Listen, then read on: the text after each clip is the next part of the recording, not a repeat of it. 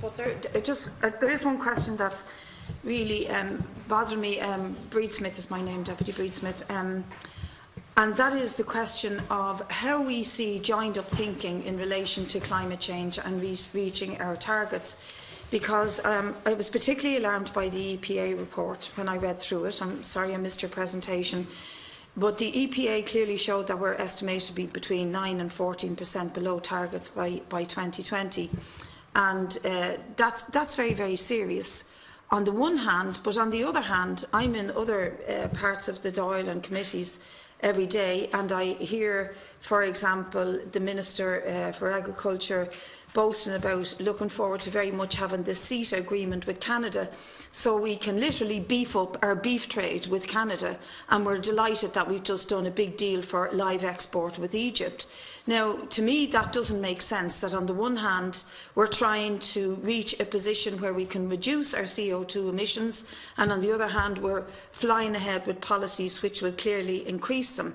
And I just think it's farcical to be saying that one should outbalance the other. Surely to God, if what the EPA is true, what they say is true, and I've no doubt that it is, and many other organisations have said that they're very concerned about the low level of targets that are being reached, not just here but globally.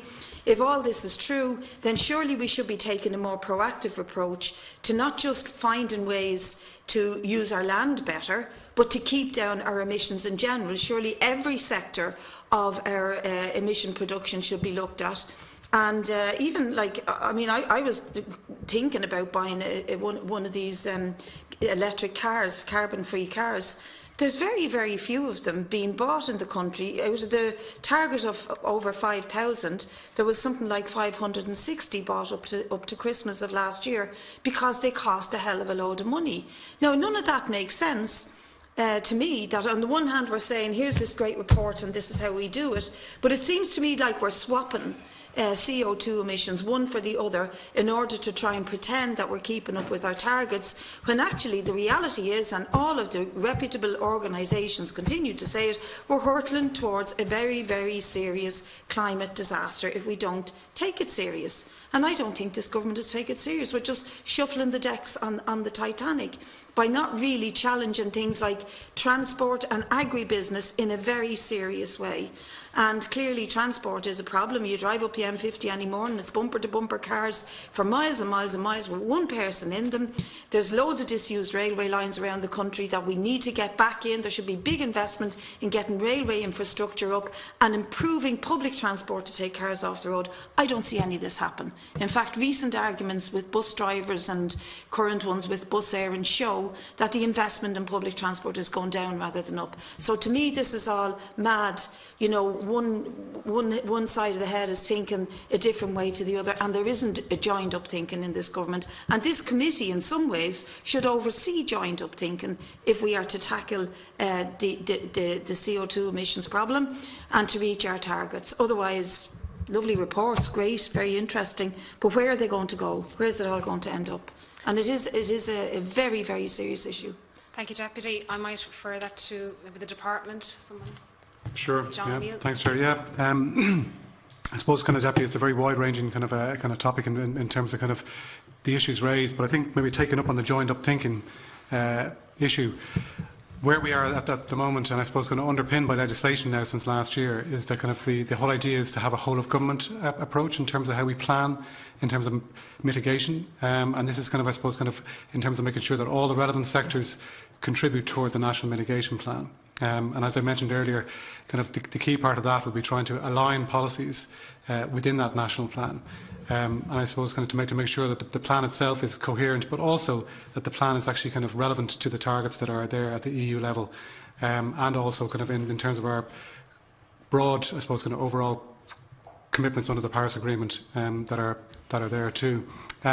This is challenging, and there's no getting away from that, because this is kind of, I suppose, kind of, it does raise questions that were raised here earlier about, it will raise questions for government in terms of choices that they have to make in terms of policies and measures moving forward, and in terms of the fiscal space, to use that term, in terms of how kind of certain policies and measures get funded to the exclusion maybe of other measures in different sectors that don't get funded, whether that be in education or health or so forth. But the key thing was to try and kind of mainstream climate into all the different policies that we're actually looking at, so that all the policies that are being brought forward by all the different departments and sectors are actually looked at from that point of view in terms of climate, and that the National Mitigation Plan would reflect that in a coordinated way. Thank you. Thank you. Well, just a comment on that. I mean, you talked a lot about funding and fiscal space, but there's also the political decisions that are made to facilitate the for-profit big industries like the beef industry that I referred to. And you're not talking about your ordinary communal garden with 5 cows going up the lane. You're talking about big ranchers who are engaged in the production of beef on a massive scale for export. And the export of such foods is causing a major problem for our carbon emissions here in the country. And I think that there needs to be economic thinking that says we need to move away from thinking that all we do is grow more animals rather than growing other kinds of food to feed people with, even from, well, chiefly from an environmental point of view, but from a health point of view, there has to be joined up thinking about what way we're using our land. And the reports here to me don't suggest that there's any wonderful thinking about how we do use our land going forward in order to reduce our emissions. Thank you. I might bring